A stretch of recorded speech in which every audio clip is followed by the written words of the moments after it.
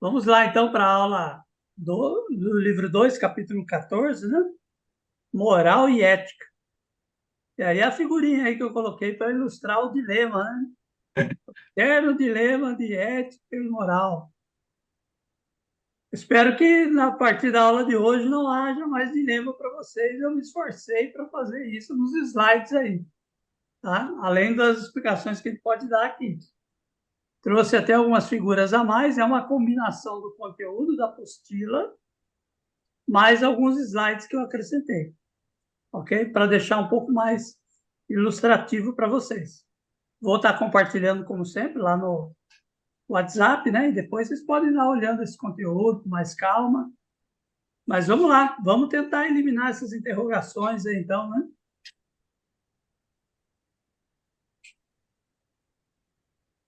Vou ler a reflexão para vocês. Moral e ética. Qual a moral na sociedade brasileira atual? A nação brasileira é um conglomerado de grupos étnicos e sociedades diversas, convivendo num verdadeiro caldeirão cultural. Esses agrupamentos possuem seus costumes e seus valores. A mobilização facultada pelos atuais meios de transporte coloca essas diferenças culturais em contato. Os meios de comunicação também facultam essas aproximações. O que está ocorrendo com a cultura brasileira, com seus costumes, com seus valores morais? Dessa mescla cultural poderá surgir uma nova cultura, novos costumes, novos valores, nova moral? Quais seriam esses valores? As religiões têm algum papel nessa nova formação da escala de valores? Ao longo da aula, a gente vai trazer alguns elementos para responder essas questões, né? Mas essa questão da diversidade cultural do Brasil, ela realmente, o Brasil tem uma extensão, né, geográfica imensa. Então, se a gente estiver lá no Amazonas, a gente vai encontrar costumes, hábitos que fazem parte da moral que serão diferentes do que a gente vai encontrar no Sul, Paraná, Santa Catarina. Dentro de um mesmo país, nós vamos encontrar conceitos de costumes, hábitos morais, né, diferenciados. Então, assim, eu, por exemplo, eu tenho observado isso um pouco, até pelo eu estar sempre nas mídias curtas. Eu tenho colocado vídeo no Kawaii, no TikTok, participo das duas plataformas, coloco vídeos e vejo, por exemplo, vídeos do programa do Big Brother, onde lá tem pessoas de diferentes estados e o conflito que dá das diferentes maneiras, até da forma como a pessoa fala. Que o baiano entende de um jeito, os, o sulista se ofende, o paulista já racionaliza em cima, e por aí vai, né? Então, só na linguagem. Quer dizer, então, ainda mais os usos e costumes, né? E aí a arte é olhar esse caldeirão todo e tentar identificar valores morais válidos. Com certeza, pode ter valores morais que são mais discrepantes de um estado para outro, porém, sempre haverá valores morais que são universais, né? São necessários tanto no Amazonas quanto no Sul, ok? A problemática surge naquelas coisas onde são mais, vamos dizer assim, duvidosas, né? Na relação dos indivíduos na sociedade, né? Aquelas as zonas cinzentas, né? Poderíamos dizer assim. E aí vão provocar dúvidas se é ético ou não, se é moral ou não, ok? E aí, para você entender, você tem que entender o contexto. Não dá para um paulista querer julgar uma pessoa lá do Pará, do Amazonas, né?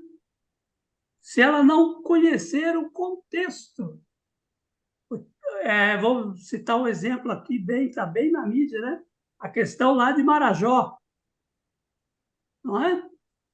Não tem lá algumas coisas acontecendo que, a princípio, para nós é declaradamente imoral. Mas por que essas coisas imorais ocorrem? Aí tem que conhecer o contexto. Conhecendo o contexto, a realidade local, você vai entender porque certas coisas que para nós claramente não deveriam estar acontecendo, às vezes acontecem. E por aí vai. Não só aqui nós falando do Brasil, né, porque a nossa reflexão fala aqui do nosso contexto brasileiro, mas também no contexto internacional. E aí, quando fala do transporte aí, transporte da comunicação, o transporte de pessoas, a gente sabe que a globalização ela superou as fronteiras, as culturas foram divulgadas e muita coisa que a gente vê em outros países para nós nos escandalizam. O que acontece nas Filipinas, né? Por exemplo, nos países do Irã, famosa questão da burca, por exemplo.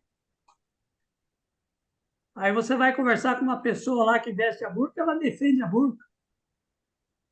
Que para nós aqui no nosso contexto é uma aberração. Então, por isso que há necessidade. O filósofo ele tem que fazer esse exercício. Olhar a história, a cultura, o contexto daquilo que ele vai se pronunciar. Raimundo levantou a mão? Fica à vontade. É, eu sou lá do Pará, né? Não sei se eu já falei isso para você. Eu nasci em Belém, minha avó nasceu no Maranhão, na Ilha do Marajó, minha mãe nasceu na Ilha do Marajó. A maior parte dos meus parentes nasceram na Ilha do Marajó. Eu vivi 30 anos da minha vida andando pelo Pará, quando a parte que eu trabalhei. Eu nunca ouvi uma conversa como essa que foi inventada agora sobre a Ilha do É, Marajó. Nunca ouvi, nunca. Essa história é uma das histórias mais cabulosas que eu já vi. Agora, tem uma coisa que fiquei pensando que você falou sobre a burca. É engraçado, né? Por que que a gente tem que se meter na vida dos outros? Isso é que eu queria entender. Se a mulher lá gosta de burca, o problema é dela, não é meu. Se a moça lá na... Agora, se você vê um filme sobre a Pérsia, que é um país milenar e que tem uma história rica, muito mais rica do que a nossa aqui no Brasil, é completamente diferente. Eu vejo muito vídeo, eu não vejo esse negócio das pessoas brigarem contra o Irã, porque algumas mulheres usam burca. Onde se usa burca mesmo é na Arábia Saudita, lá no Irã. E o Irã usa, que nem a maioria das mulheres islâmicas, usa um véu na cabeça, que, aliás, na Igreja Católica da Idade Média também usava. Hoje que nós perdemos essa mania, mas também usava isso. Então, eu acho uma coisa muito estranha a gente ficar se metendo na vida do país dos outros, na vida dos outros. Assim, parece que a vida do povo lá do Irã é assim, é um problema muito sério para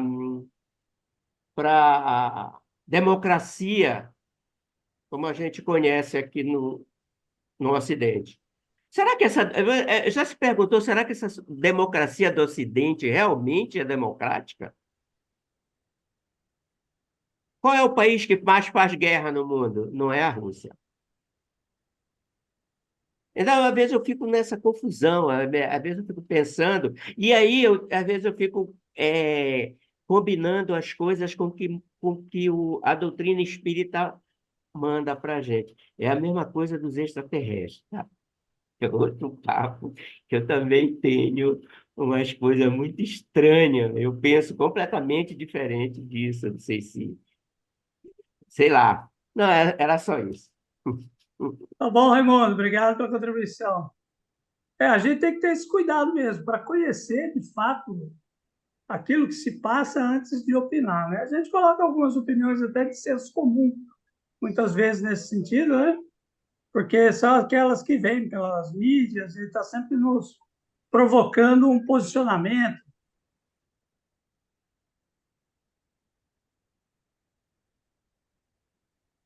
Não consegue mudar nada. O máximo que a gente consegue é ter uma opinião um pouco melhor, na medida que a gente tem interesse de fazer isso, né? Curando. Acho que, no fundo, é o melhor que a gente tira disso tudo, né?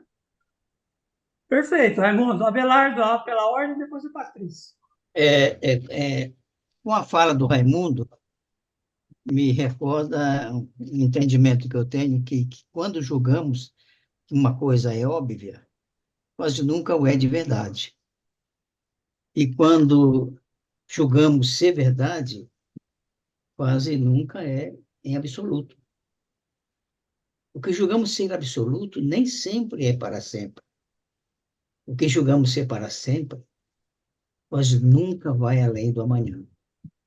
Então, essas informações dadas pelo Raimundo aí, é muito importante para a gente repensar melhor os nossos pensamentos, as nossas atitudes, ou compreender melhor, como já foi dito aqui neste grupo, a ressonância dos nossos pensamentos e das nossas palavras, principalmente.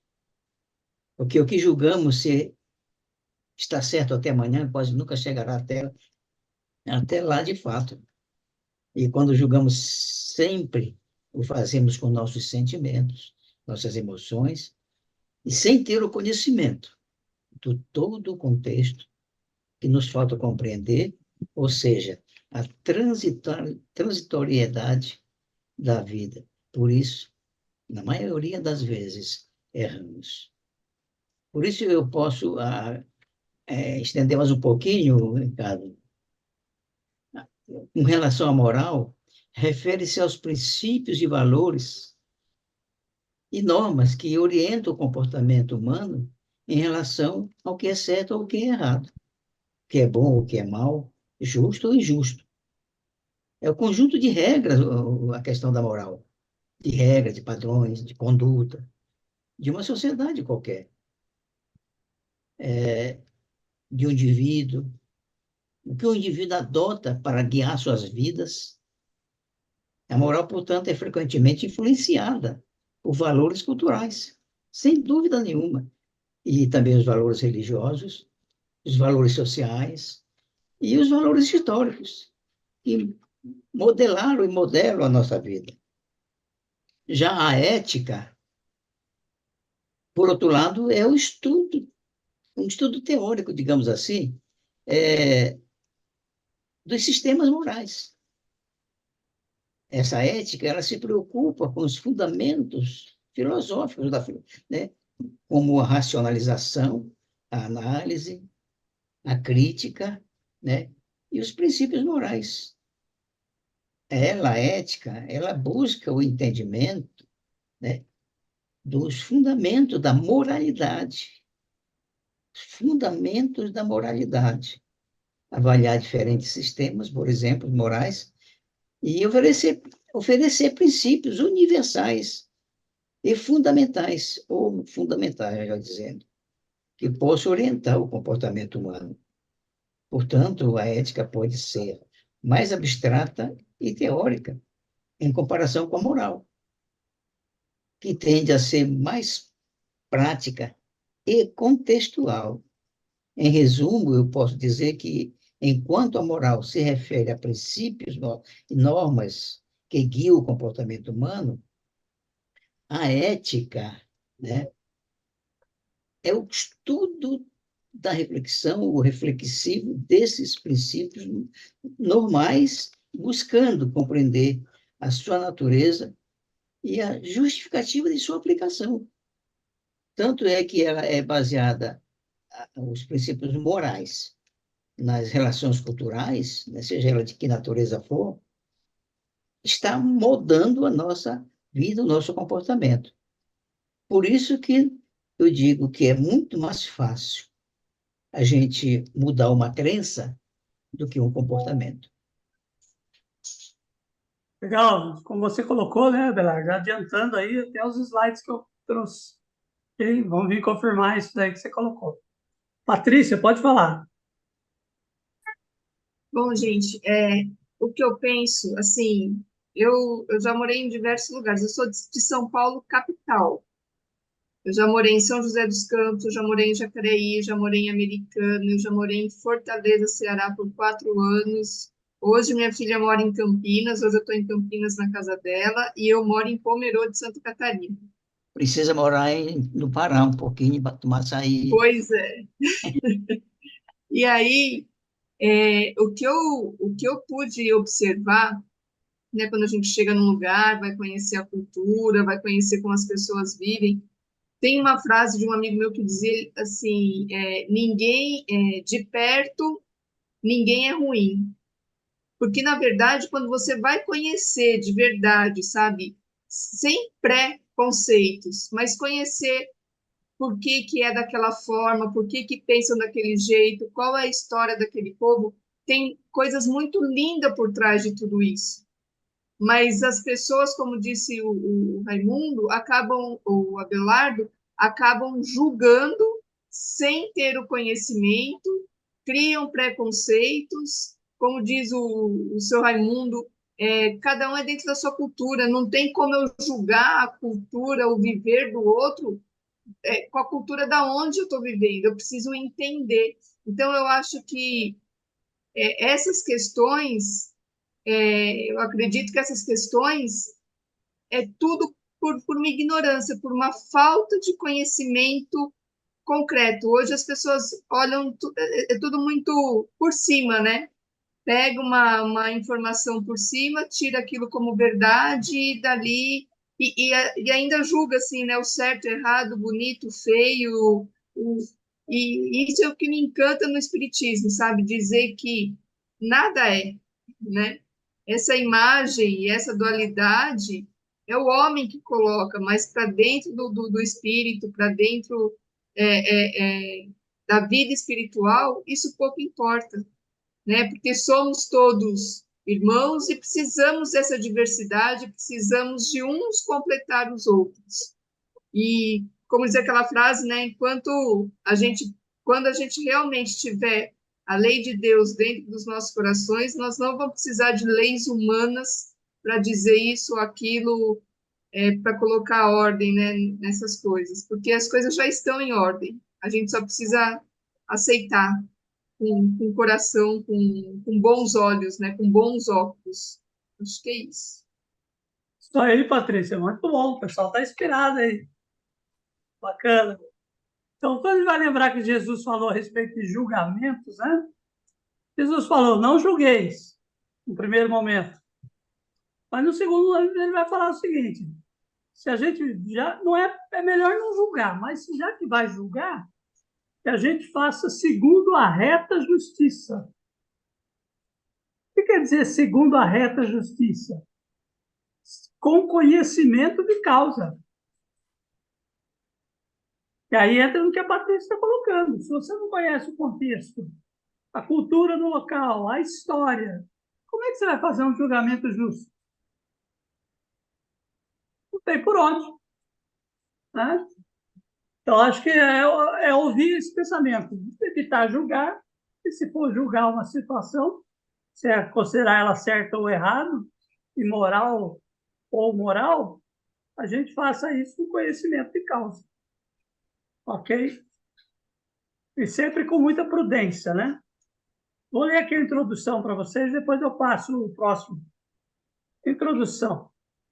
A finalidade desse capítulo é despertar a consciência sobre os conceitos de costumes, moral e ética. Esse campo da filosofia, em todos os tempos, sempre foi objeto dos filósofos. E é consenso entre eles que as virtudes proporcionam harmonia e felicidade aos homens. Como conciliar desejos, vontades e paixões individuais sem perder a harmonia do conjunto? uma varredura histórica, filosófica, nos mostrará como se alternam os pensamentos em torno da feliz convivência do indivíduo com a coletividade. Bacana aí, né? Proposta, né? Pensamento em torno de uma feliz convivência do indivíduo com a coletividade. Texto moral e consciência moral, quem poderia ler? Tem aí no slide, se tiver na apostila, pode ler na apostila também. Eu posso ler. Senso moral e a consciência moral. Sentimos indignação e penúria quando vemos milhares de pessoas, principalmente idosos e crianças, com fome e morrendo de inanição. Movidos pela solidariedade, chegamos a participar de campanhas contra a fome. Esse e outros exemplos expressam o nosso senso moral, isto é, a maneira como avaliamos nossa situação e de nossos semelhantes segundo ideias como as de justiça e injustiça, o mesmo para o certo e o errado, o bem e o mal. A consciência moral é o que nos orienta a tomar decisões de conduta conforme nossas avaliações daquelas dualidades. O senso moral e a consciência moral dizem respeito a valores, sentimentos, intenções, decisões e ações referidas ao bem e ao mal.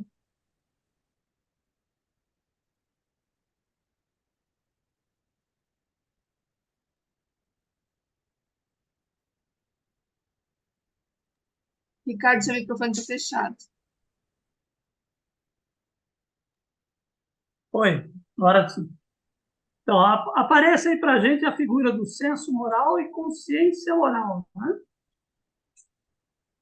Ele fala aí do senso moral, que é a maneira como avaliamos nossa situação e dos nossos semelhantes, segundo ideias de que fazemos da justiça e da injustiça. E a consciência moral é que nos orienta a tomar decisões de conduta conforme nossas avaliações daquelas dualidades.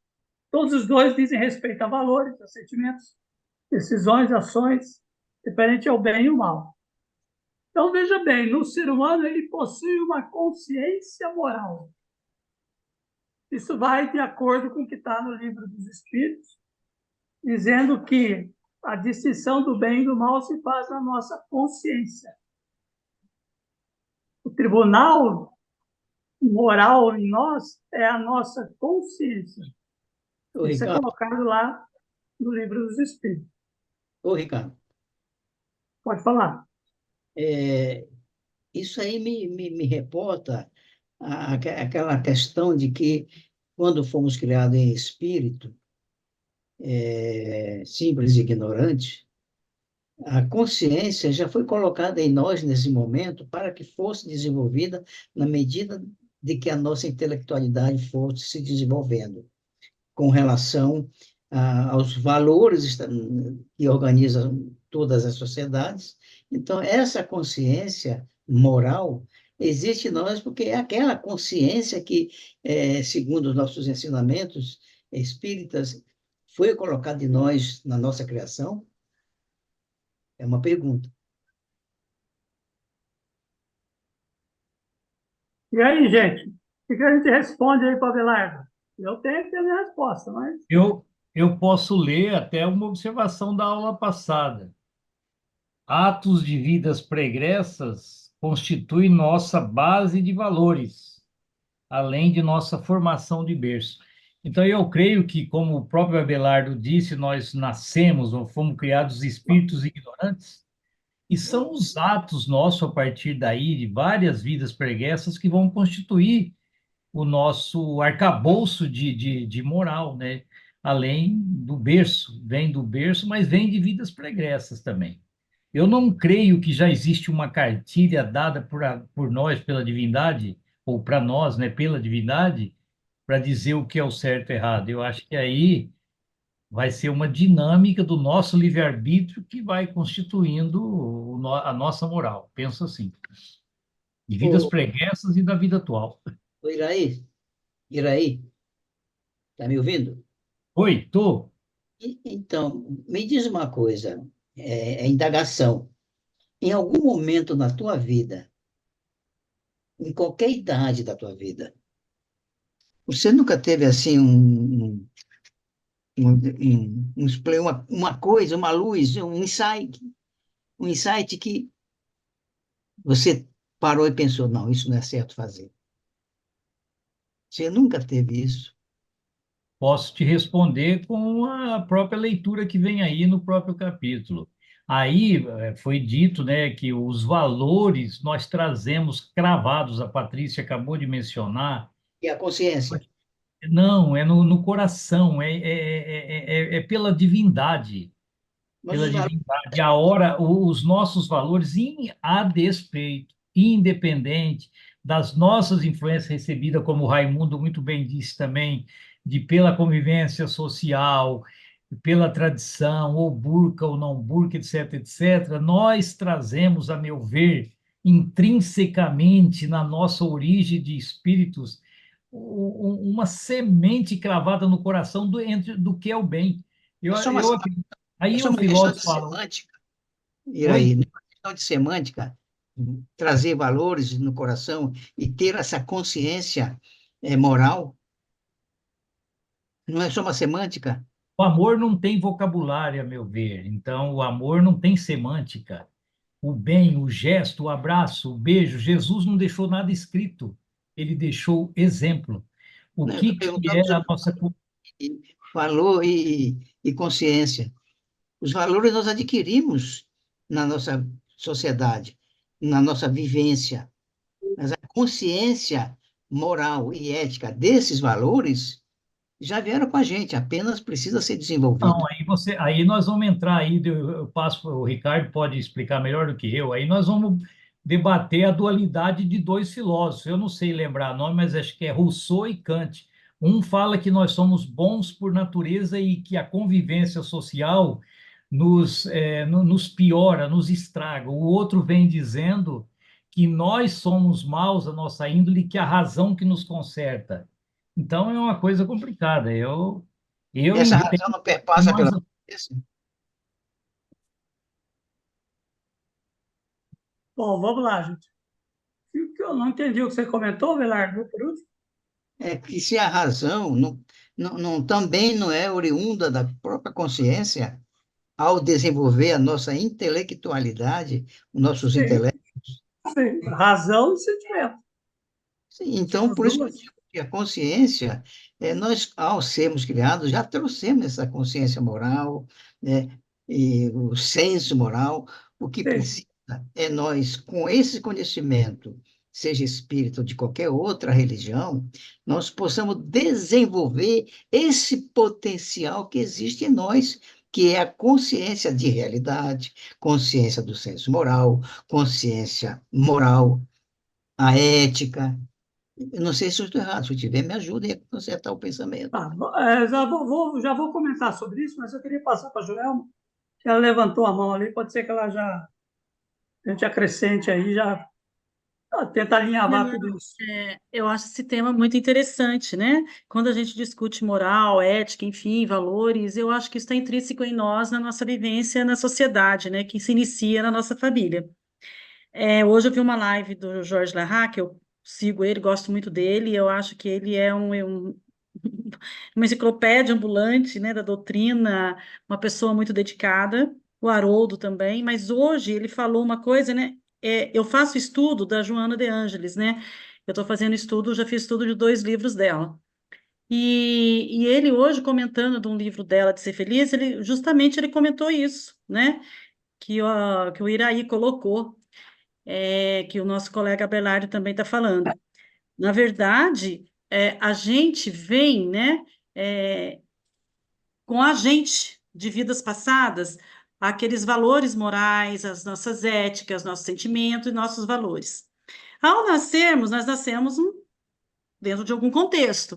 E dentro desse contexto, não somente de pai e mãe, que vem contexto familiar, depois escolar, depois a comunidade, a gente vai indo, né? E a gente vai se tornando o que deveríamos de ser, né? Porém, é tão interessante que hoje ele colocou Apesar de tudo isso, a gente tem um contexto bacana e a gente aprendeu os valores, a gente sabe ser ético, né? E o que que eu faço quando ninguém está me vendo, enfim, né? A gente está discutindo moral e ética, mas às vezes, dentro daquele contexto, um ser humano que teve tudo para lá, ele comete um ato imoral. Por que que ele cometeu aquilo? Porque tem uma índole má? Não, pode ser porque está intrínseco dentro de outras vidas, né? Então, isso é muito bacana a gente discutir, né? E hoje ele trouxe isso, e agora nessa discussão veio, né, confirmar que o Iraí colocou, que o nosso colega está colocando, né? Então, a gente nasce como ser humano, né, sem instrução. Mas o nosso espírito, ele já vem com algumas instruções que a Eu gente acho. tem que amadurecer. Beleza, Joelma, obrigado. O Manuel levantou a mão.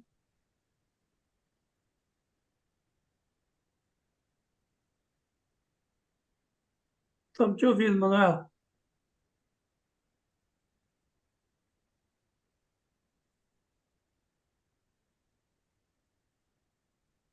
Acho que o Manuel está com problema lá de áudio. Alô, melhorou? Aí, agora sabe, agora apareceu. Agora tá. É o seguinte, desculpa. A questão de você ter uma atitude que você tenha, se ela ser moral ou apenas ética. Então, por exemplo, se você tem uma atitude independente de você ter alguém te olhando, alguém te vigiando, se você está sendo filmado, se não está, você tem aquela atitude, é uma atitude moral. Agora, se você sabe que as pessoas estão te vendo e você toma aquela atitude não só porque tem alguém te olhando, aí já é uma questão ética, teve uma atitude ética. Exemplo, você está num lugar, todo mundo saiu, você acha uma carteira caída. Você, independente de ter alguém te olhando, você pega e procura devolver para o dono, você está tendo uma atitude moral. Agora, se você só devolve porque tem alguém olhando, aí você está sendo apenas ético. Isso eu ouvi numa explicação do professor Clóvis de Barros. Ok, nós vamos tratar mais dessa questão do Uhum. conceito, mas eu queria, então, tentar alinhavar o Iraí, Abelardo e Joelma, né? Colocaram suas opiniões no sentido seguinte: quando a gente pensa no espírito, o espírito ele é algo que está por fazer. Ele não é um dado pronto. Ele é algo acabado. Ele é algo que está em constante aperfeiçoamento e transformação. Então, quando o espírito passou lá pelo reino animal, por exemplo, ele ainda não é dotado da consciência moral. Ele é guiado por instintos. Quando a gente pega o livro Evolução em Dois Mundos, que ele fala da passagem do reino animal para o reino nominal, ele diz que ali o espírito, além de receber uma roupagem, que seria um corpo físico mais sofisticado, ele recebe também um upgrade no seu software. Conseguiram entender o que eu falei? Sim. Além de um corpo físico melhorado, também vai receber alguns conteúdos psíquicos que vão ajudar ele na romagem como espírito, como homem. Ok? Porque vão ser necessárias. É isso que ilustra Adão e Eva. Adão e Eva eram como os animais. Então não tinham consciência moral. Na medida que comeram o fruto da árvore da vida, passaram a fazer julgamentos morais. Adão teve vergonha da nudez. Isso simboliza que ele tem autoconsciência e uma consciência moral, escrita de uma forma simbólica e metafórica. Agora, essa consciência moral que é colocada em nós como que um direcionador, como que uma rotina, quando eu falo rotina, A gente pensa muito, por exemplo, no sistema operacional, né, de um computador. Ele tem uma rotina que define um certo tipo de modo de trazer informação para a tela que aquele computador tem. Então, tem o sistema Android, tem vários. E nós teríamos um sisteminha assim, humano, que dá os princípios básicos, que nos direciona no entendimento de moralidade, dessa consciência moral, que ela vai se aperfeiçoando nas inúmeras existências. E aí surgem as diferenças na concepção moral de um ou de outros, na capacidade de um ser ético e outro não. Nessa vida, nós somos uma herança de tudo isso que nos vem à tona. Então, aquele espírito, por exemplo, que em diversas encarnações trabalhou o sentido de justiça, de ética, moral, por exemplo, tinha interesse em assuntos que isso era uma questão importante, ele vai ter isso mais evidenciado em si.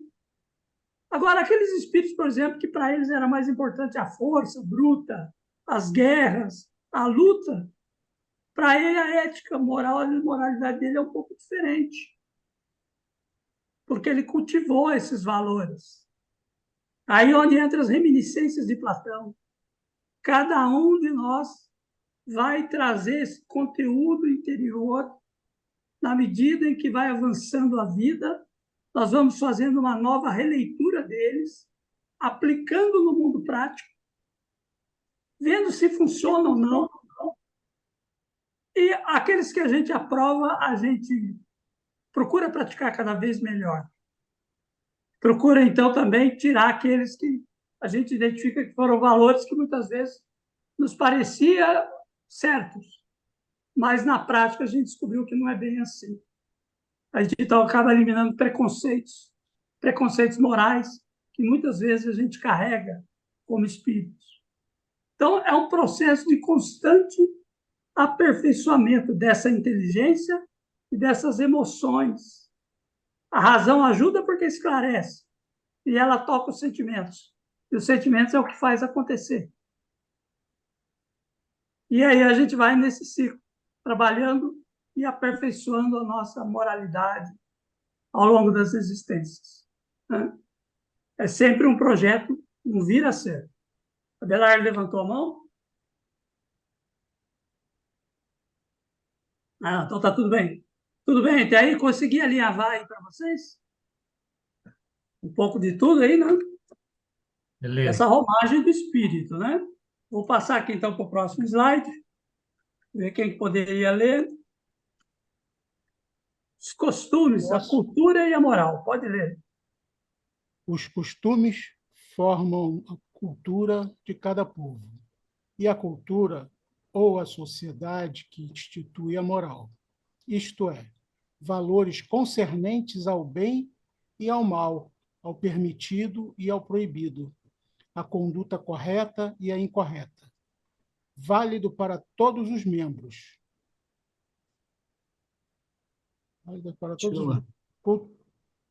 Culturas e sociedades fortemente hierarquizadas e com diferenças de classe ou castas podem ter várias morais, uma para cada classe ou casta. Toda sociedade tende a naturalizar a moral de maneira a perpetuá-la através dos tempos.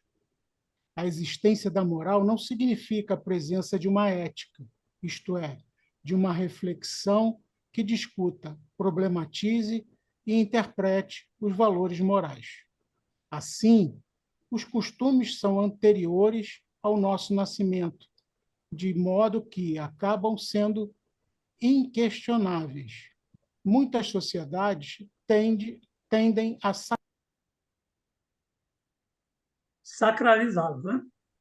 Obrigado, Manuel. Então, gente, aí acho que é uma coisa até bastante óbvia para a gente, eu não vejo muita polêmica aí, né? Essa questão de que a cultura e a sociedade instituem a moral, nós somos muito influenciados pela sociedade, pela cultura, né? a despeito dos nossos valores intrínsecos, do nosso espírito. Mas a cultura também, ela nos influencia, né? A sociedade onde nós estamos inseridos. Eu entendo que nas encarnações, por a gente não ter fronteiras e nem limites, nós vamos, ora, encarnar no mundo ocidental, outro no momento no mundo oriental, talvez alguma oportunidade até mesmo na Índia, vivendo as castas. Nós vamos ter todo tipo de experiência, aprendendo os valores de cada cultura, né? E a gente vai formando um conhecimento nosso, que é a nossa percepção em cima de tudo isso enquanto espírito, né? Ao longo das trajetórias evolutivas, né? Essa questão de que a sociedade é fortemente influenciada pela hierarquia e diferença de classes, mesmo aqui no Brasil isso também vale, né? Mesmo aqui no Brasil vale, a gente sabe.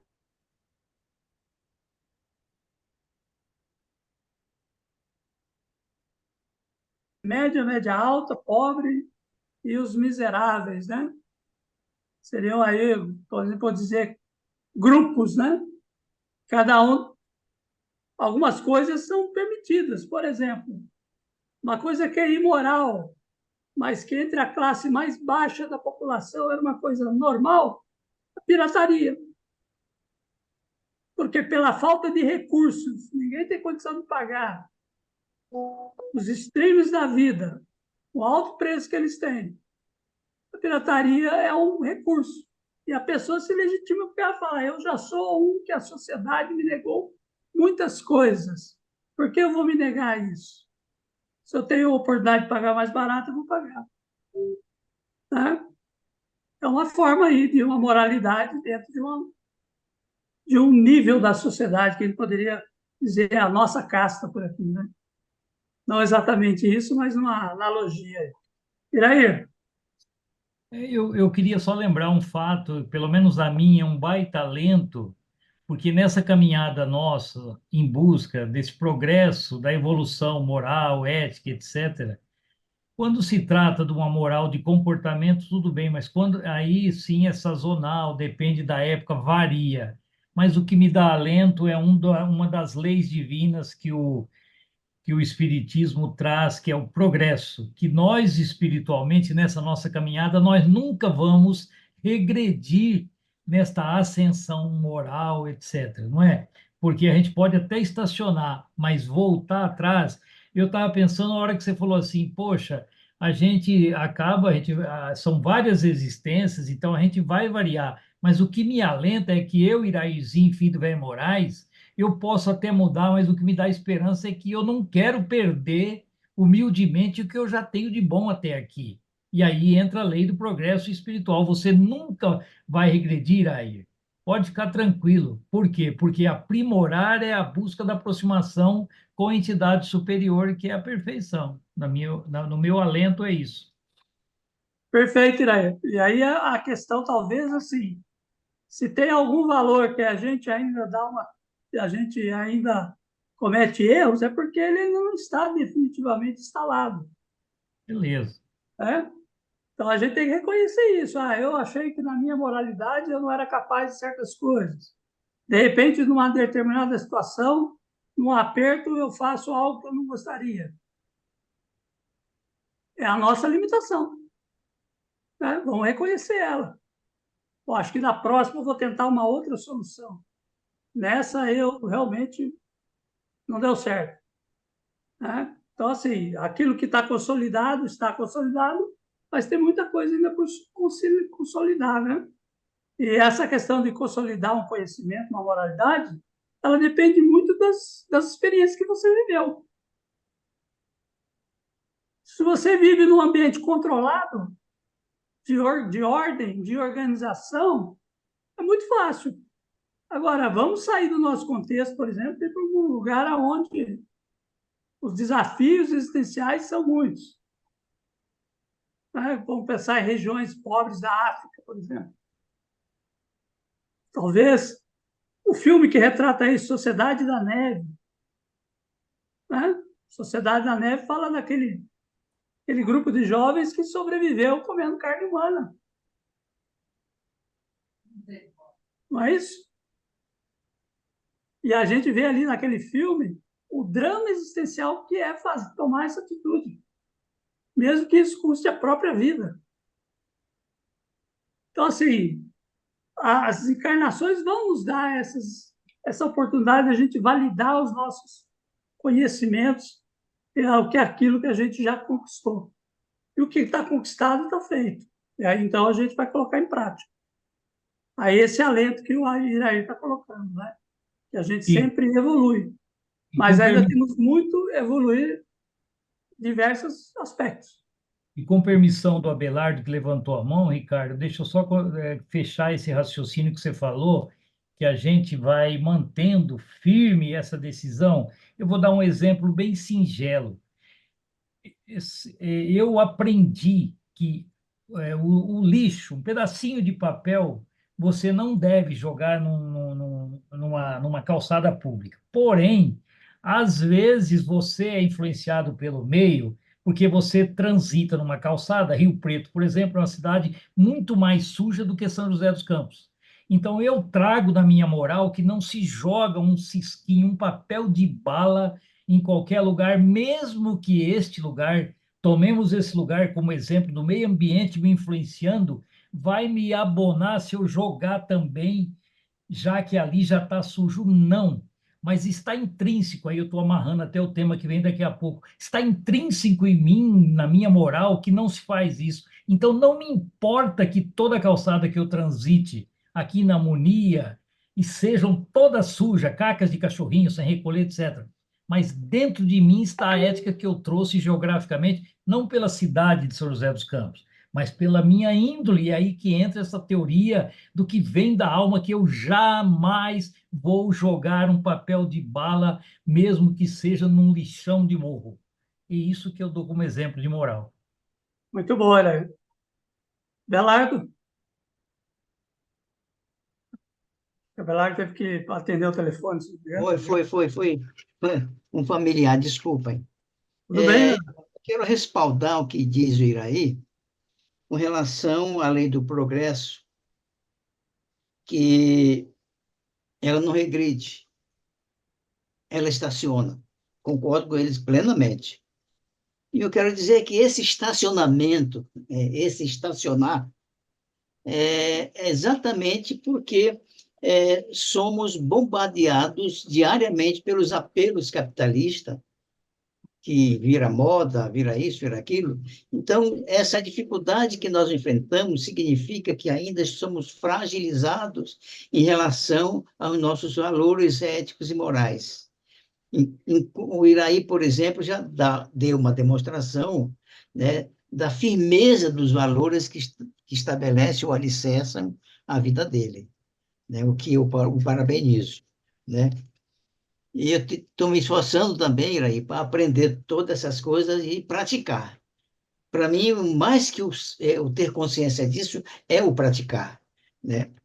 De modo que os exemplos negativos, os modelos que a gente vê hoje, que se ensina para os nossos filhos, com a diferença de classes sociais, é que dificultam, né, essa questão da lei do progresso, do sujeito evoluir a ponto de que a sua consciência, que é inata, digamos assim, né, floresça para compreender o que é o valor moral, para que a ética possa manter, né, esse sentimento de justiça na prática.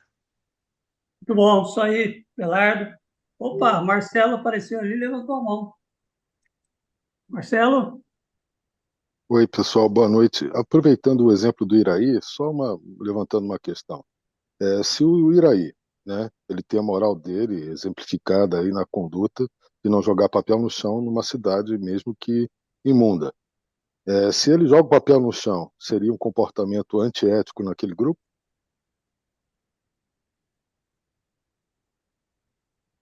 Para mim seria indiferente ao grupo, mas para a minha idiosincrasia seria totalmente imoral, porque não estaria contrariando a opinião alheia, estaria contrariando a minha integridade.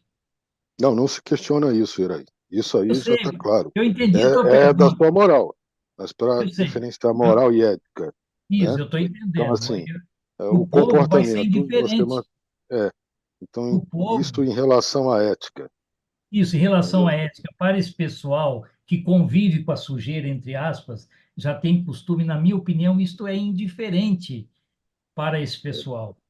Na minha Isso, opinião, eu eu acho que, entendi tua assim, pergunta. para o pessoal, não seria antiético você fazer isso. Na minha opinião, para aquele grupo, não é, ele agiu de modo antiético, jogou papel no chão.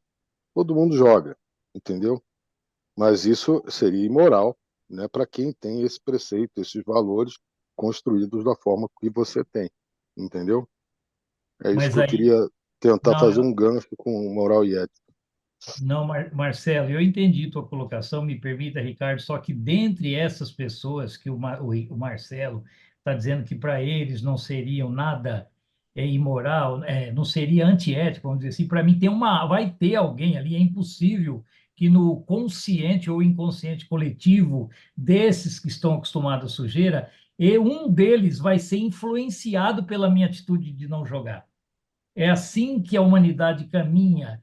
Parece que eu não vou mudar o hábito dessa cidade, mas vou sim. Se eu erguer esse papelzinho e guardar no bolso e alguém vir esse gesto meu, isso daí pode reproduzir nessa pessoa, na outra, e dali anos, dali eternidade, dali existência, ninguém mais jogará papel. Esta é a lei do progresso humano.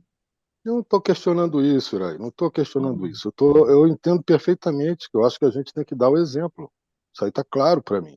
Só estou falando em questão de ética e moral. Isso, perfeito, perfeito. Então, naquela Não sociedade, questiona, a sua moral está lá, é indubitável que eu tenho que dar o exemplo, né? E é assim que a gente influencia um grupo, né? Uma atitude que se destaca num grupo, o pessoal olha, que isso?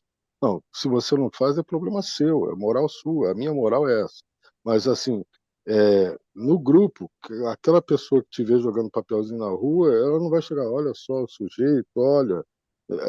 Para o grupo é tão natural, e o Abelardo até postou uma consideração no chat, onde fala que a ética é esse julgamento dentro de um grupo na sociedade, entendeu? Então é isso que eu estou tentando ilustrar a situação a partir do exemplo. Mas não questiono, não. É isso mesmo. Eu também, como militar, meu bolso é cheio de papel, entendeu? Não tinha isso na vida, nasci no Rio de Janeiro, mas dentro da caserna eu aprendi muito isso. E meu bolso era cheio de papelzinho no final do dia. Eu chupava um chiclete, uma bala, eu fumava na época, um cigarro, amassava, e o primeiro lixo que eu encontrava, eu jogava. Se não encontrava, eu chegava em casa com papel, cheio de papel no bolso. Aí a mulher reclamava que às vezes botava para lavar e um monte de papel no bolso. Ai, ai, ai. Falou, perfeito, gente. perfeito. Ô, Marcelo, essa questão da moral e ética, nós vamos entrar nela agora, e vai entrar em alguns conteúdos que vão ajudar mais nessa questão. Quantas coisas no passado eram consideradas normais, éticas, e hoje já não são mais? O racismo é uma delas, né? Então, é um exemplo entre muitos. Então, assim, não deve ser determinado momento, não era problema. Hoje a gente sabe que é um grande problema.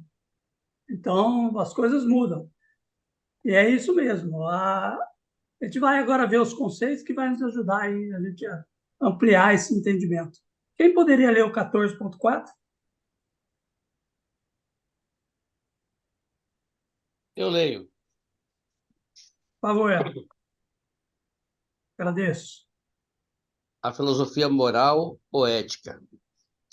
A filosofia moral, ou a disciplina denominada ética, nasce quando se passa a indagar o que são, de onde vêm e o que valem os costumes. Etimologicamente, ética vem do grego ethos, que pode ser escrito com a vogal breve epson ou com a vogal longa eta. Com a vogal longa eta significa costume. E com a vogal breve significa caráter, índole, temperamento. A ética, portanto, é a parte da filosofia que investiga os costumes e a moral de cada povo. Enquanto a moral é natural, nascendo no seio da cultura, a ética é a crítica refletida e discutida desses valores morais. Ok. Obrigado, Elmo. Vou passar aqui um outro slide que tem algum conteúdo disso. É um pouco extenso o conteúdo, mas vai estar disponível para vocês no PDF. Eu fiz questão de colocar para acrescentar ao conteúdo da apostila, né? Então, aqui, ó, moral, conjunto de valores e costumes civilizacionais, instituídos por um determinado povo ou organização humana. Pode ser cultural, política, religiosa ou outra qualquer. Esses valores caracterizam por ser orientados nas múltiplas comunidades, nos seus relacionamentos sociais, nas atitudes dos seus cidadãos. Ou seja, distinguindo e definindo comportamentos proibidos, contraindicados, admitidos ou bons. Nesse caso, a moral emana dos costumes e dos hábitos, otorgado por alguém, pelo Estado, pelo divino ou outra entidade com autoridade para fazer.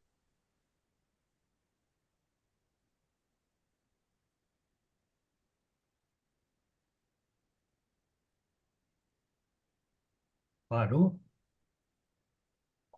Assim, a moral também está vinculada à obediência. E ali a ética, olha só. A ética é o estudo dos valores imateriais do homem, das suas virtudes, que através de um pensamento analítico procura a essência que sustenta os valores, que compõem a sua própria moral. Ou seja, ao investigar o que sustém os valores humanos, indaga pela fundamentação de um costume, através do crivo da razão, produzindo assim um resultado racional. A ética, ao estar intrinsecamente relacionada ao questionamento e à avaliação sobre quais são os bons e maus valores do homem, é um fenômeno filosófico. A ética é uma disciplina da filosofia, porque é criada a partir de uma reflexão racional, né? Seguidamente, procura explicar e justificar uma determinada conduta humana, apoiando não suas ações ditas morais, mas de uma forma racional. Assim, a ética não se restringe à aceitação de costumes sociais, considerados comumente corretos. Acho que aí ampliou, né? Aí a ética entra como disciplina, como pensar filosófico, o exercício racional em cima dos costumes, dos hábitos. Pode falar, Joel. Eu entendo que a moral é um conjunto de cada sociedade, do contexto, né? Não de uma sociedade como um todo, porque, eu falei do meu exemplo, né? Eu trabalhei em vários lugares de São José. Cada lugar, isso é sociologia, né? Cada lugar as pessoas têm um comportamento moral. É interessante isso, né? E a ética é o fiscal disso. É muito Isso. legal, né? Eu acho que resumindo, né? Onde eu estou, eu tenho que ter determinadas ações, determinadas atitudes. E a ética me policia, né? Então, eu sou ética em tal procedimento? Ah, mas aí isso é moral. Mas você é ético isso, né? Então, eu penso assim, que a ética é o fiscal da moral. Isso. E A legal, ética, ela pensa a moral, né? A e ética legal quando pensa a essa moral. ética, e legal quando essa ética estiver na nossa consciência, né? Independente do julgamento de outrem. Beleza, tem mais um slide aqui que é interessante sobre isso. É esse daqui, ó. Isso aqui é na prática. Umas frasezinhas aí também que nos ajudam, ó. Então, ética é da origem da palavra grega, palavra ethos, né? Respeito ao costume, aos hábitos dos homens. Aí, ética é princípio, a ética é permanente, a ética é universal, a ética é regra, a ética é teoria, a ética é reflexão, a ética trata do bem e do mal. Então, você tem o indivíduo anti-ético, a ausência de ética, que não tem ética, né? E o antiético, que é contrário à ética. Achei essa diferenciação interessante. Né? O aético ele não tem ética, ele não se preocupa. O antiético, ele é contrário à ética. É oposição. Então, a moral, então, é essa diferenciação de intenções, decisões, ações. Aí ele vai colocar as palavras, né? Moral é conduta específica, moral é temporária, moral vem da cultura, conduta de regra, moral é prática, moral é ação, e moral trata do certo e do errado. A moral, a ausência de moral, e imoral é aquele que é contra a moral. Beleza? Esse quadrinho ajuda, então, né? A gente vê uma coisa mais ligada à teoria, à ética, à racionalidade, enquanto a moral é o fazer, né? É mais ligado aos atos, à conduta, aos costumes, aos hábitos. Ok? Eu acho que interessante ali, na questão da ética, é a questão da busca da universalidade. Porque a gente veio aqui falando de vários costumes e morais que variam. Então, nós podemos ter uma determinada ética que já é o pensar e uma reflexão filosófica sobre a moralidade de um determinado país. Mas agora, quando a gente vai estabelecer, por exemplo, os direitos universais, que vem lá na Carta da ONU,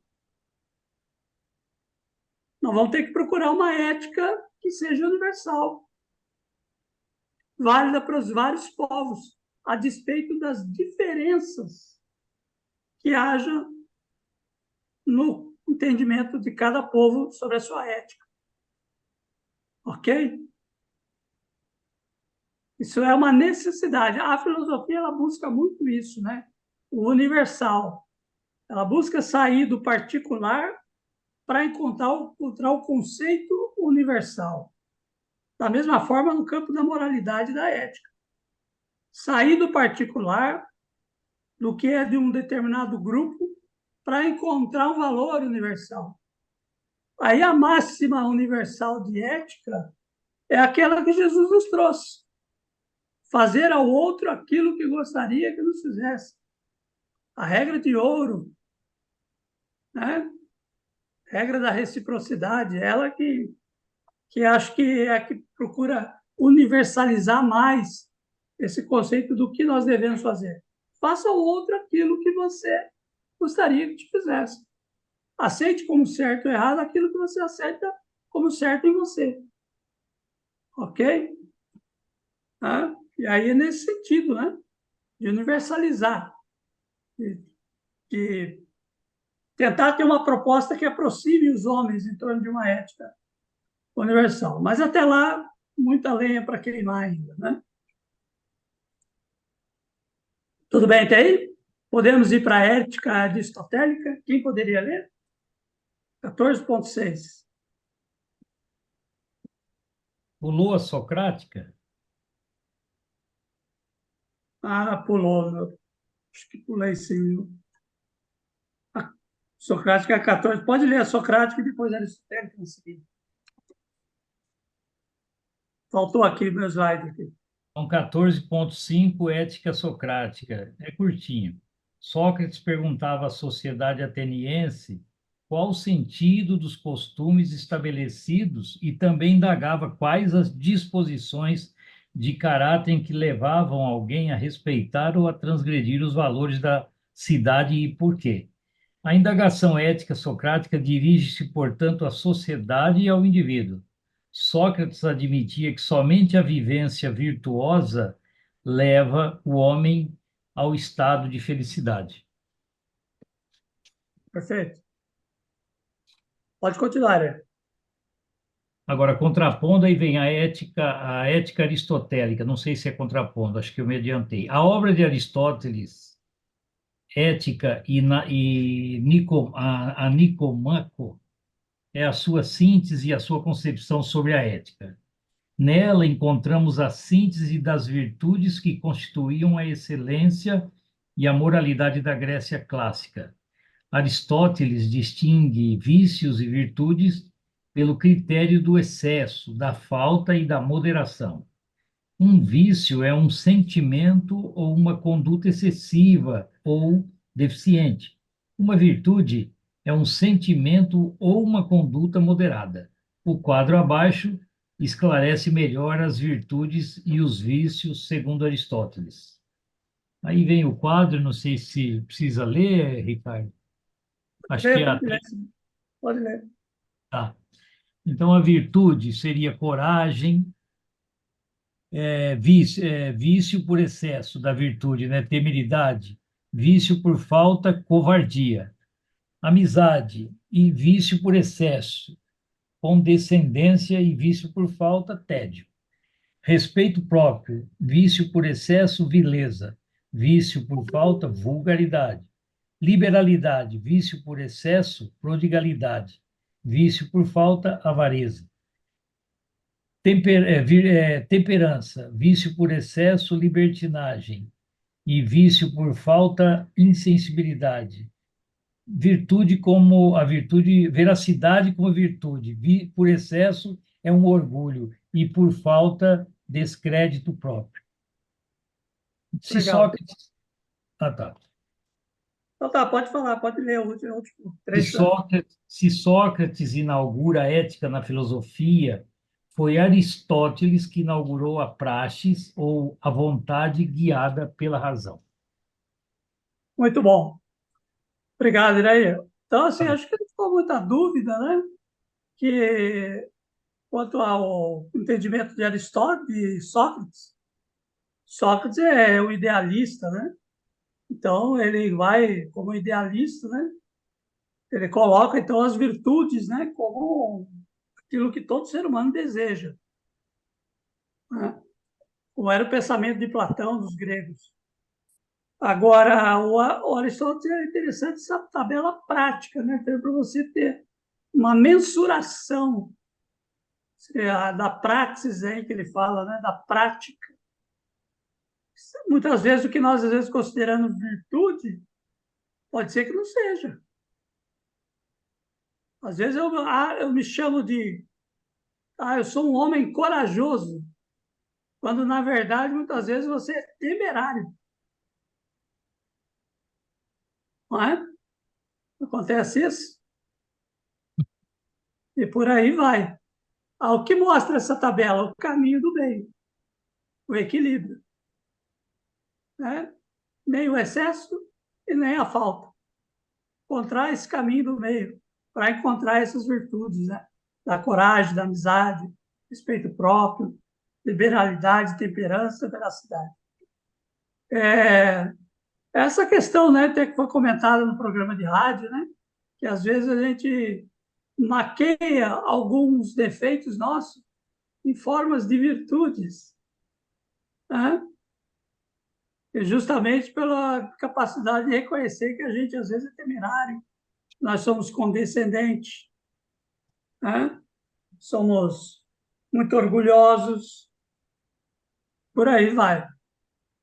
Ok? Tudo bem aí? Com isso aí, acho que não há dúvidas, né? Está tranquilo aí esse slide. Vou passar para o próximo, então. Vamos falar da ética cristã.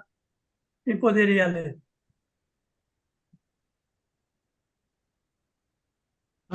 A vida ética do cristão não é definida por sua relação com a sociedade, mas por sua relação espiritual e interior com Deus.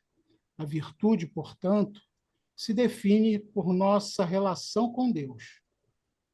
O segundo aspecto da ética cristã trata do pecado original. A fraqueza de Adão deixou um legado pesaroso.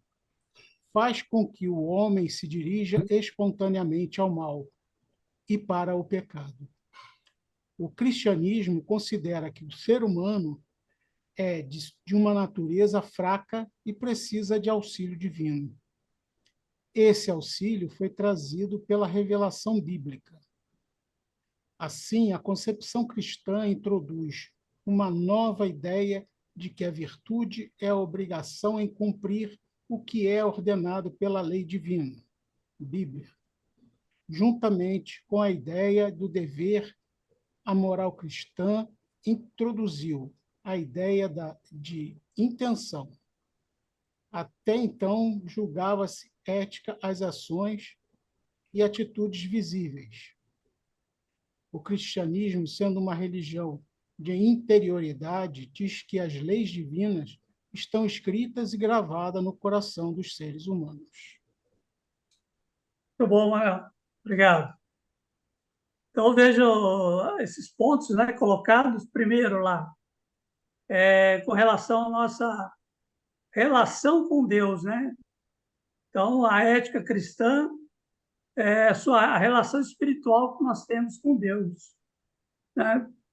E aí, sim, porque na medida em que nós reconhecemos uma paternidade divina, sabemos que tendo um pai criador, como Jesus nos apresentou Deus como pai, né? Jesus apresentou assim para nós. Por isso que é o teísmo, né? É essa concepção de Deus como um Deus que ele criou e ampara as suas criaturas. E nós temos uma relação com ele, que é diferente do deísmo. O deísmo vê a coisa mais como força cósmica, como algo que nos colocou aqui no mundo, que criou leis e que, num certo momento, essas leis é que amparam e regulam a relação nossa com o universo. Então, na visão teísta, que é diferente dessa que eu comentei agora, da deísta, há um relacionamento mais direto com Deus. E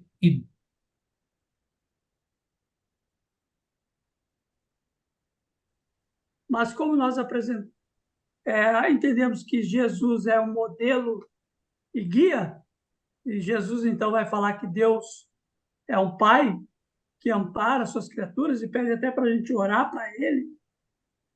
Pai Nosso é isso, é um resumo dos nossos deveres e direitos para com Deus. Então, fica aí o impasse, né? O espírita, ele é deísta, mas também aceita um certo teísmo. Fica aí o questionamento para vocês pensarem. Ok? Quantas doses de teísmo e teísmo tem na minha concepção, na minha relação com Deus? Que Romão foi Irair, depois o Joel, né? não, eu só ia, acho que você até adiantou aí, a virtude, portanto, se define por nossa relação com Deus.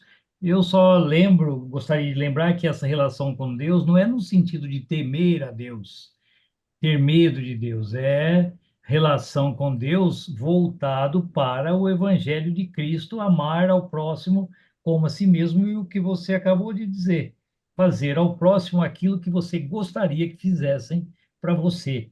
Esta é a relação. Deus é tão bonzinho que ele não quer loas. Ele veio corrigir esse entendimento, né? A visão antiga era uma visão de um Deus de temor. Isso. Jesus veio estabelecer um Deus que é pai e é amor. Não, e além de não temer, Ricardo, o que eu quero salientar, ele não quer loas. E eu sou o Deus, acho que foi o Marcelo que falou recentemente, né? Eu sou o Deus de Spinoza nesse sentido. Ele não quer loas, não quer estragar joelho, não precisa. Ele quer o bem ao próximo, pronto. Essa é a relação, eu acho, a virtude da consciência para com Deus através do bem ao próximo. Perfeito. Joelma? Eu acho que eu penso que quando nós discutimos o cristianismo, realmente Cristo foi um divisor de águas. Mas eu creio que desde o homem primitivo, né, já foi embutido as leis, né, que nós deveríamos ter na consciência. Porém, nós não éramos espíritos desenvolvidos. Eu acredito que o nosso Altíssimo mandou vários sábios, né? Eu acho que não como espírito acreditamos, né? Mas eu acredito que é respeito, que eu acho que é desde sempre. Krishna veio 3.000 antes de Cristo. E ele trouxe pensamentos, né, que Jesus falou. Depois veio Buda, em outro continente, falou a mesma coisa. Então, a gente vê os hindus que crê, né, em vários deuses, né? Mas sempre, todos eles tinham uma divindade superior. Então, mesmo sem se conhecerem, eram todo, né, cada um num espaço, né, distante, e tudo mais, enfim, todos acreditavam numa divindade e depois nas outras, né? Até os gregos, né, acreditavam numa divindade e outros deuses, cada um da natureza, da água, enfim. E depois veio trazer o monoteísmo que Moisés, que ele trouxe a ideia, né, com os hebreus, vou trazer de um Deus único, que é um ser divino, né, que criou tudo. Então, eu acredito que é um caminhar, né? Então, eu acredito que nós, espíritas, ou, né, enfim, cristãos, vamos dizer assim, nós temos um apanhado que foi vindo, foi vindo, foi vindo, e quando Jesus veio, ele não mudou nada, ele só veio concretizar, né? O que Krishna tinha falado, o que Buda veio falar e acrescentando coisas, né? O que Moisés colocou, na verdade, não veio, mudou lei, não mudou nada, pelo contrário, ele veio fazer com que essas leis realmente fossem cumpridas de verdade, porque não tinha coerência, né? A fala de Jesus, amai-vos uns aos outros, não é de Jesus, era de Moisés. Mas como é que ele falava isso e mandava e tinha uma lei que pedrejava quem errava, cortava a mão de quem pegava algo. Então, assim, não tinha justiça, né? Ou seja, não tinha coerência, né? Então Jesus veio trazer uma coerência, né? Então, eu acredito que hoje eu, bom, eu estou caminhando, né? Mas na minha aprendizagem, eu penso que é respeito, porque eu acredito que todos nós espíritas somos uma somatória. Nós cristãos hoje somos uma somatória de várias pessoas sábias, né? Depois veio, ó, Sócrates, né? Quanta coisa Sócrates trouxe, que tinha fala, né? Que Jesus colocou. Então, assim, eu acredito que Jesus veio um fechamento, né? Desde sempre, né? E nós estamos aí caminhando. Mesmo Jesus que veio, né? E trouxe tudo isso, e nesses aprendizados, né? De séculos e séculos passados, nós ainda estamos engatinhando. Mas é isso. Bacana, Joel. Bom, Belardo, Antes que eu diga o que eu quero dizer agora, eu gostaria de fazer a oração final, se assim for permitido. sim, Tudo bem? Bom, eu combinado. penso, eu até coloquei aí, eu postei, dizendo que na vida nada nos vem pronto, mas por se fazer, né? E ainda não acredito no pecado original, né? Diante disso, eu penso assim, essa questão de como é que diz aqui, segundo o aspecto ético cristão trata do pecado original, a fraqueza de Adão deixou um legado deve ser pesaroso, né? Fez com Exato. que se dirigisse espontaneamente ao mal. Eu entendo, diante desses estudos que a gente faz e outros anteriores, que há uma comparação que eu faço do mal, da escuridão e a luz. Isso já é um tema propalado aí pelas redes, de que se você está dentro de uma casa, você fecha toda a casa, né, apaga todas as luzes, fica escuro. Mas você abre, a luz entra. Diante dessa explanação, é o mal que existe ou é o bem que não existe? Ou falta o bem? Como a gente diz, é a ausência do bem que origina o mal? Eu não entendo, porque eu acho que onde tem luz não tem mal. Se o meu espírito está iluminado com conhecimentos, lições, aprendizados, a presença de Deus firme, forte em meu ser, cuja moral, cuja ética sejam fortes em mim, certamente, né, até minha áurea ela é iluminada e afasta de mim a escuridão ou o chamado mal. Não sei se eu estou certo nesse raciocínio. Me ajudem, por favor. Não, Belardo, essa é a concepção espírita, né? O mal é a ausência do bem, ok? É o entendimento mais sintético possível, né? O entendimento espírita. Então, o mal não tem existência. Quando dizia assim, o mal acontece quando nos afastamos de Deus, no sentido humano, ok? Agora, o que é colocado aí, e aí é uma questão que a gente tem que estar sempre pensando, né? Essa leitura é uma leitura do cristianismo que aí está, cristianismo ortodoxo, que entende dessa maneira, que a doutrina espírita vem na proposta de revisar isso daí. Então, por exemplo, na visão espírita, tudo que se fala sobre Adão e Eva é uma metáfora, uma alegoria, ok? Para a gente compreender a situação do ser humano, da sua passagem do reino animal para o reino hominal.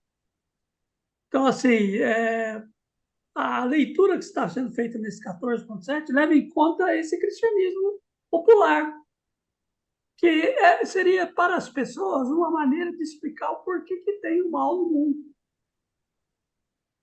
O mal vem de algum lugar, e a gente sofre aqui porque nós estamos sendo castigados pelo mal que fizemos. E onde é que começou esse mal, esse castigo? Começou lá em Adão e Eva. Infelizmente. E uma das missões da doutrina espírita é corrigir isso. Por isso que você está colocando, isso que nós estamos estudando aqui, é sempre importante, porque, numa certa oportunidade, nós vamos ter a oportunidade de compartilhar esse entendimento com alguém. Nos esclarece, na medida que estamos esclarecidos, ajudamos a esclarecer alguns que, porventura, precisam ouvir esse tipo de entendimento. E respeitando aqueles que ainda se encontram nesse tipo de moralidade que até foge à razão, ao escrutínio da razão e da lógica. Ok?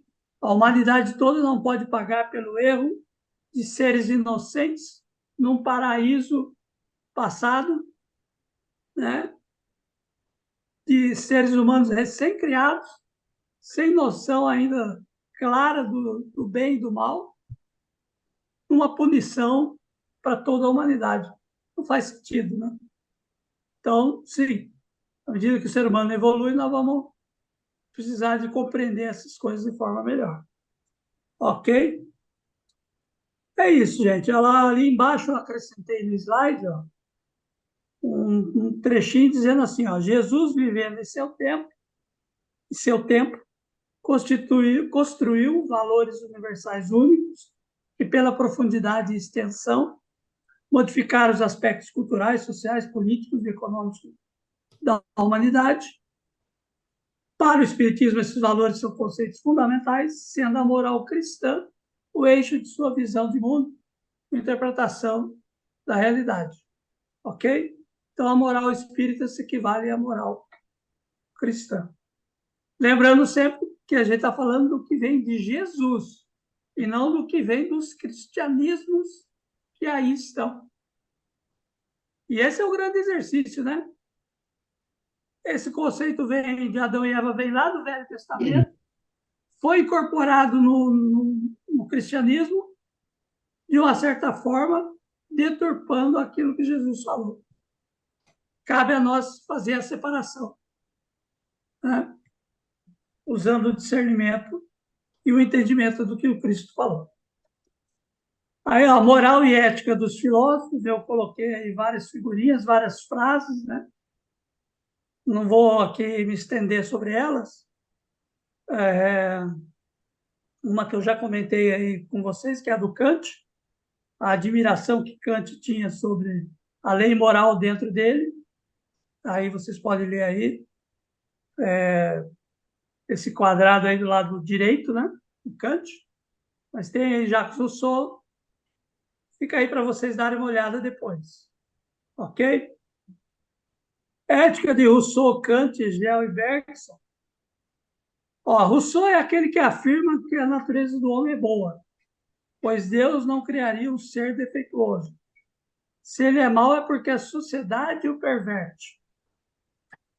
Então, Rousseau tem essa compreensão positiva que Voltaire ironizou, né? Falando que, publicando o livro Cândido, o Cândido é aquele cara que é o otimista. E aí é uma questão, né? Porque a natureza do ser humano é boa, que a sociedade o corrompe, ou ele traz em si o mal também. Aí, como o outro filósofo falava, né? O ser humano é mau. Eu entendo que os dois falam parcelas da verdade. O ser humano traz as duas coisas, o mal e o bem dentro de si. Porque ainda somos imperfeitos. Como imperfeitos, temos atitudes boas e ruins, para o bem e para o mal. E na medida que a gente sofre as consequências do que fazemos, nós vamos nos aperfeiçoando, sentindo essas consequências, vamos repensando nossos atos para, na esteira da evolução, cada vez mais praticar boas coisas, que não vão propiciar só o bem dos outros, mas o bem para nós, que hoje ainda não é possível. Fazemos muito mal a nós mesmos com as nossas más ações. Ok? Além do próximo, é lógico. O Kant é um idealista. O Kant entende que a razão é capaz de apontar caminhos do bem e do mal. É por isso que na modernidade hoje há uma descrença com relação ao que o positivismo falou, até mesmo o que o Kant falou. Tem vários textos na internet falando que o Kant era otimista demais. E quando a gente olha a realidade ao nosso redor, podemos até dar razão a esse tipo de afirmação, porque o ser humano, pela razão somente, ele não consegue fazer aquilo que deve, que seria bom. Os sentimentos, as paixões atrapalham. Somos, às vezes, muito mais movidos pelas paixões do que pela razão. Mas o Kant é esse idealista que acredita no poder da razão. Nós devemos mediar as paixões pela razão, né? Mas temos muita dificuldade de fazer isso. O Bergson ele vai falar de moral fechada e moral aberta. A moral fechada é a moral de consciência habitual, né? Aquela que nós recebemos da tradição da cultura. Já a moral aberta em Bergson é a criação de novos valores, novas condutas, uma ventilação dos costumes e das tradições. É ela que instaura uma nova ética sempre dinâmica e atual.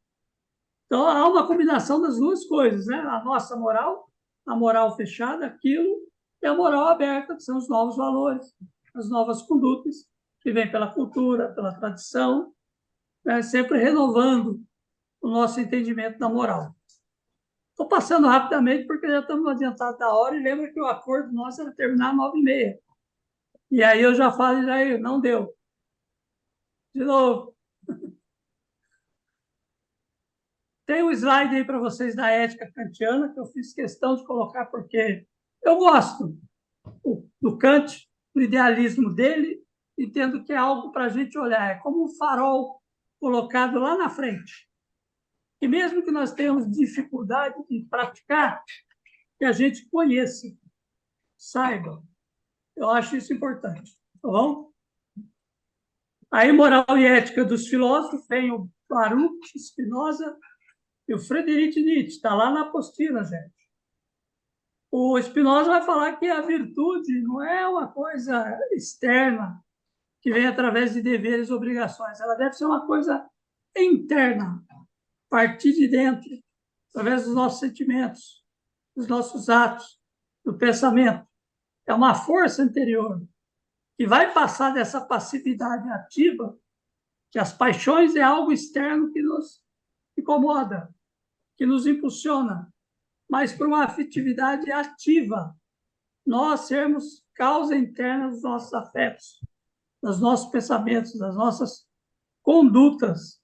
Então, para ele, o ser virtuoso ou ser livre é passar da paixão à ação, tornar-se causa ativa interna dos nossos afetos e pensamentos.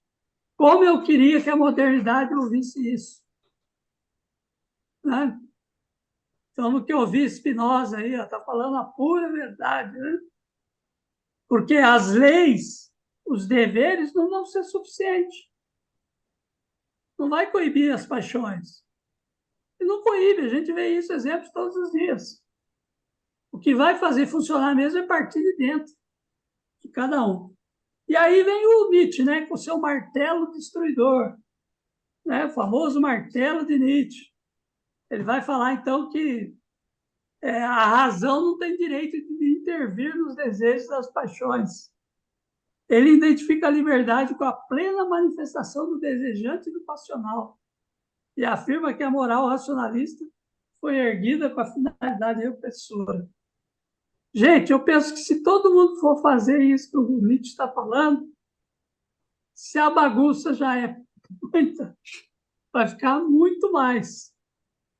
Porque se a razão não puder mediar as nossas paixões, tudo é permitido, tudo é válido. Se me dá prazer, é válido, ok?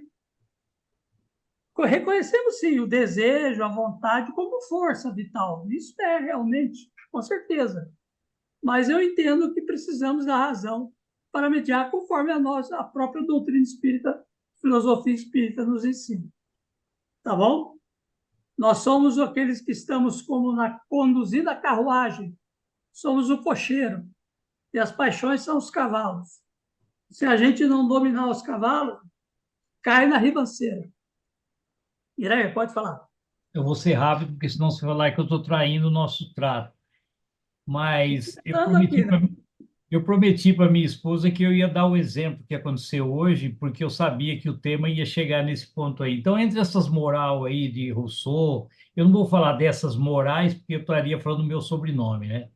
Mas essa moral do Rousseau, Kant, e agora que você falou do Nietzsche, que é o martelo do caos, eu fico com a moral da Kant e vou dar um exemplo seguindo a questão da fé raciocinada. Da mesma forma que quando a gente acredita, tem uma fé cega, a gente começa a raciocinar sobre ela e a gente vai ver que era um certo exagero, assim vale também para a questão dessa lógica aí do Kant. O exemplo é o seguinte: entre a emoção e a razão, eu fico com Kant. Porque antes de eu passear com a minha cachorrinha, eu tive um entreveiro de casal com a minha esposa.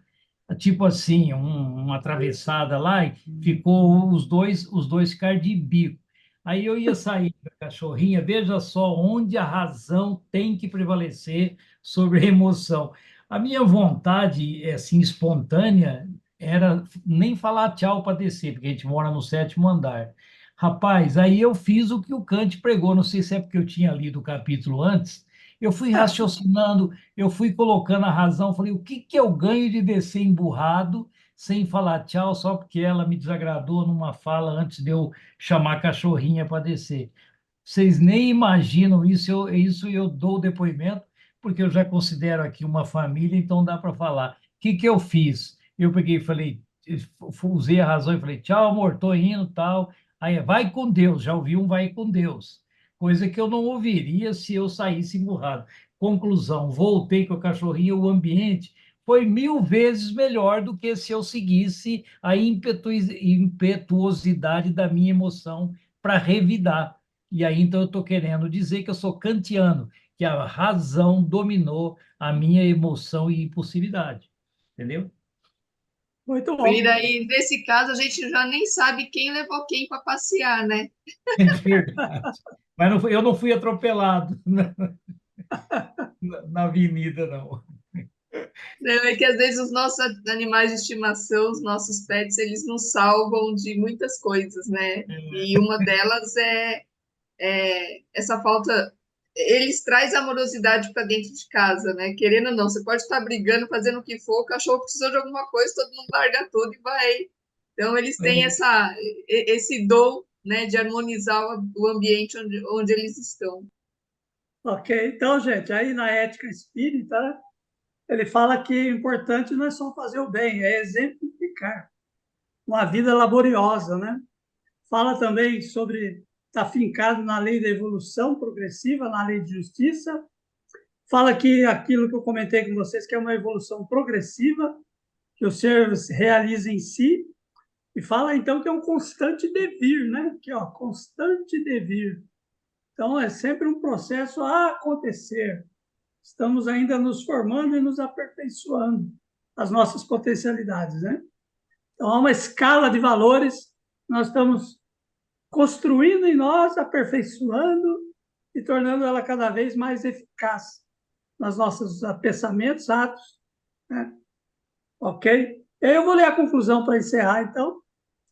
Vemos, então, em todas as épocas, os filósofos empenhados em estabelecer suas visões sobre qual o comportamento humano que alia as satisfações materiais, passionais, agradáveis ao corpo, como as satisfações espirituais, agradáveis à alma.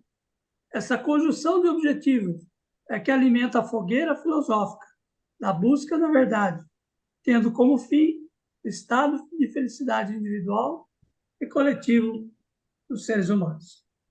Ok? É isso, gente. Podemos encerrar, então, passar para o Abelardo? Então, tá bom, Abelardo, com você. Sim, posso sim. Peraí, caiu a câmera aqui. Está me ouvindo? Estou Sim. ouvindo. Então vamos lá.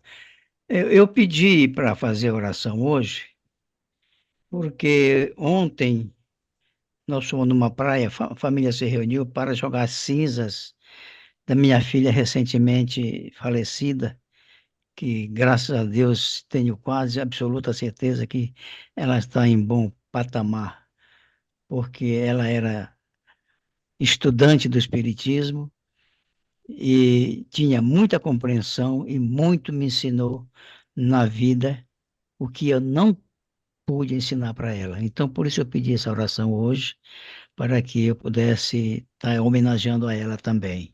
Tudo bem? Ok.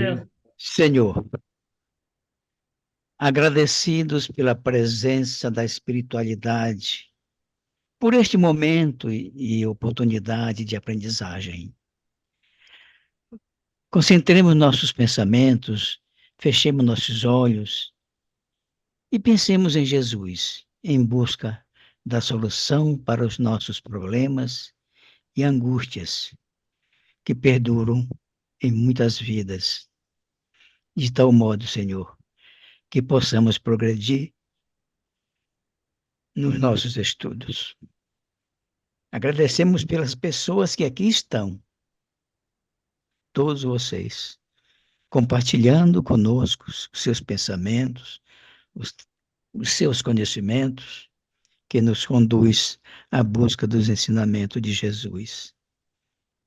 E assim, confiantes em Deus, no divino Mestre Jesus, vibremos com amor, paz, reconforto em favor dos nossos irmãos sofredores, perante as dores e a angústia em decorrência das enfermidades e perda dos nossos entes queridos, tal como minha filha, Lia Nazaré Branco Santiago, que nos deixou com o coração ferido. Vibrar é doar amor, fraternidade e paz por meio das nossas preces e dos nossos pensamentos. Pensamentos positivos de cura e de serenidade e ainda o progresso espiritual, alimentando o nosso espírito do bem.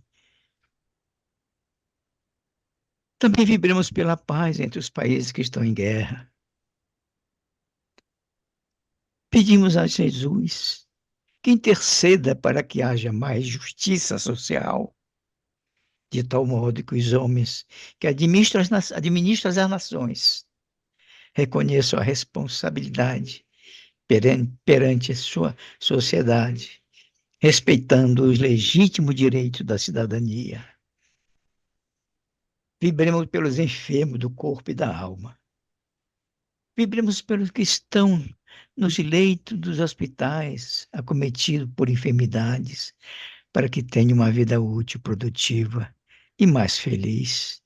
Vibremos pelas crianças abandonadas ainda nas ruas as que estão nos orfanatos, para que recebam um cobertor de amor, um pai, uma mãe, também um pai que os conduza a uma vida digna, Vibremos pelas muitas pessoas que vivem à mercê das drogas na Cracolândia, de tal modo que elas recebam bênçãos de cura, estabelecendo a sua dignidade familiar, vibrando pelos idosos, estes que tanto fizeram por nós, cujos ensinamentos contribuíram para o muito do que somos hoje.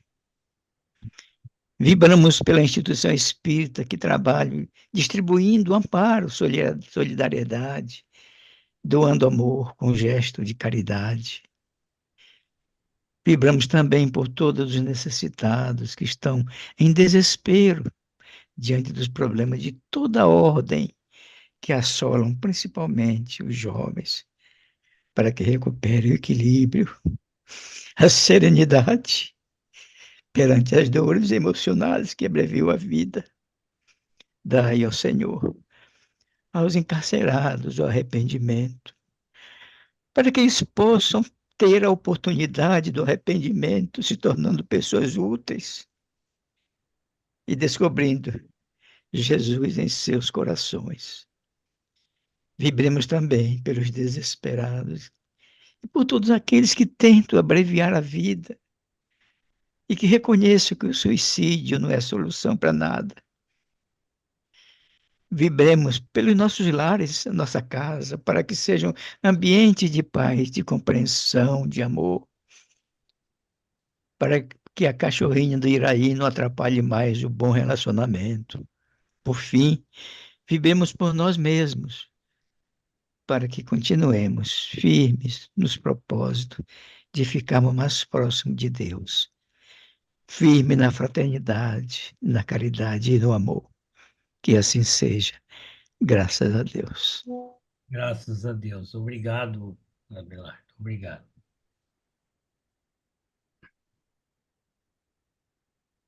Gratidão, Bernardo.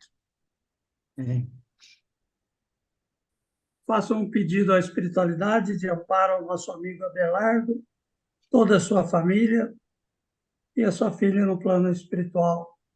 Que as boas energias do nosso grupo possam envolver a todos, especialmente o nosso colega Abelardo, dando conforto, auxílio, e também a sua filha no plano espiritual que possa estar sendo amparada pelos bons espíritos. Peço aos nossos amigos mentores do curso de Filosofia Espírita uma atenção para o nosso nobre amigo, companheiro de jornada e de estudos. E assim encerramos o encontro dessa noite, agradecidos que estamos pelos bons sentimentos que aqui se levaram. Um abraço a todos. Abração, Ricardo. Uma próxima. Boa noite. Até a próxima semana. Obrigada. Boa noite, obrigado. Obrigado.